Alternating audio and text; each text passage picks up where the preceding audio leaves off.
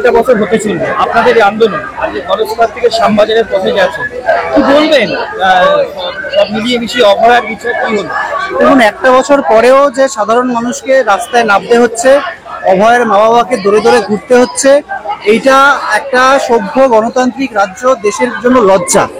যে একটা মেয়ে, আজকেই সেই রাত, এক বছর আগে যে রাতে আমাদের সহকর্মী ডিউটিতে গিয়েছিল এবং ডিউটি থেকে সে ফেরেনি, তার সমস্ত চিৎকারকে নিস্তব্ধ করে দেওয়া হয়েছিল। এবং তারপর কি কি ঘটেছিল আমরা ভুলিনি। পুলিশ কি করেছিল, পুলিশ কর্ডন করে প্রথমে সুইসাইড করে চালানোর চেষ্টা হয়েছিল হাসপাতাল প্রশাসন, পুলিশ টাকা দিতে চেয়েছিল অভয়ের মা বাবাকে, পুলিশ কর্ডন করে তড়িঘড়ি পুড়িয়ে দিয়েছিল। তারপর আমরা দেখেছিলাম 14ই আগস্ট ভাঙচুর হয়েছিল আরজি করে। এই একদম রাজ্যের কথা, সিবিআই তথ্য প্রমাণ লোপাট এবং বৃহত্তর ষড়যন্ত্রের কথা বললো, দুজনকে গ্রেপ্তার করলো, কোনো সাপ্লিমেন্টারি চার্জশিট দিল না।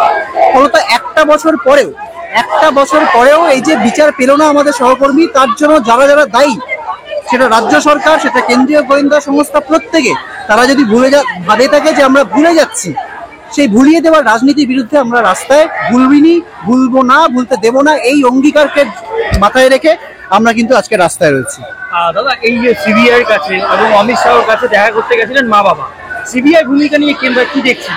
সিবিআই এর ভূমিকা অত্যন্ত নক্কারজনক। যে সিবিআই নিজে প্রাথমিক চার্জশিটে বললো যে বৃহত্তর ষড়যন্ত্র রয়েছে, সে নিজে বললো তথ্য প্রমাণ লোপাট হয়েছে, তথ্য প্রমাণ লোপাটের জন্য দুজনকে গ্রেপ্তার করে 90 দিন হেফাজতে রাখলো, কিন্তু তারপর সে সাপ্লিমেন্টারি চার্জশিট দিতে পারলো না। আমাদের প্রশ্ন যে কাদের জন্য, কোন রাজনৈতিক বোঝাপড়ার জন্য সিবিআই আজকে তার ভূমিকাকে ম্যানেজ হচ্ছে, এটা তো আমাদের প্রশ্ন।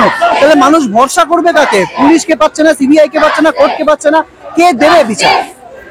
পাশাপাশি যে আপনারা যখন আন্দোলনে নামছে, আজকে শুরু থেকে রয়েছে, সেই জায়গায় দাঁড়িয়ে প্রশাসন আপনাদের দেখা যাচ্ছে যে ডাক্তারদের ট্রান্সফার করে দিচ্ছে। দেখুন, আমরা এগুলো জানতাম যে আমাদের উপর প্রতিহিংসা নামবে, কিন্তু আমরা যত প্রতিহিংসা নামবে তত আমরা নিশ্চিত হব যে আমরা ঠিক পথে রয়েছি। আমাদের প্রশ্নগুলো শাসকের গলার কাটা এবং আমাদের প্রশ্নগুলো সঠিক, ন্যায্য, সেই জন্যই এটা হচ্ছে। ফলত এটা নিয়ে ভেবে লাভ নেই। যতই প্রতিহিংসা নামুক, এভাবে হামলা করে, মামলা করে, পোস্টিং চেঞ্জ করে, কোনো কিছু করে কিন্তু গণ আন্দোলনের এই জোয়ারকে থামানো যাবে না। পুলিশের ভূমিকা কেমন দেখছি? আজকে তো প্রচুর পুলিশ দিয়েছে, দিন রাতে এক বছর আগের ঘটনাতে পুলিশ ছিল, কিভাবে দেখছি? দেখুন, পুলিশের ভূমিকা আজকে 8 তারিখ যাতে আমাদের প্রোগ্রাম না হয় সেজন্য গত 4-5 দিন ধরে আমাদের জুনিয়র ডাক্তারদের অন্তত 6-7 জনের বাড়িতে 1 বছর পুরনো মিথ্যে মামলা এফআইআর করে জিজ্ঞাসাবাদের জন্য ডাকা হয়েছে। এক একজনের বাড়িতে 9টা নোটিশ গেছে জিজ্ঞাসাবাদের জন্য। একজন অনশনকারী বাড়িতে চিঠি গেছে এটা বলার জন্য সে নাকি যেদিনকে আইসিইউতে ভর্তি হয়েছিল সেদিনকে নাকি সেই মহিলা পুলিশের শ্লীলতাহানি করেছে। তার মানে কি? পুলিশ আবার 14ই আগস্টের কথা তো আমরা ভুলিনি। 14ই আগস্ট আরজি করে পরিকল্পিতভাবে শাসক দলের গুন্ডারা ভাঙচুর নামিয়েছিল, আজও কলকাতা পুলিশ তাদের সমাধান করতে পারলো না। কেন পারলো না? কাদের লোকাচ্ছে?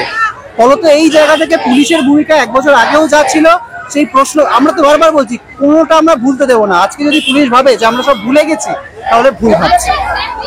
আজকের এই আন্দোলন মানে 1 বছর হতে চললো, কোথাও কি মনে হচ্ছে প্রশাসন ভয় পাচ্ছে?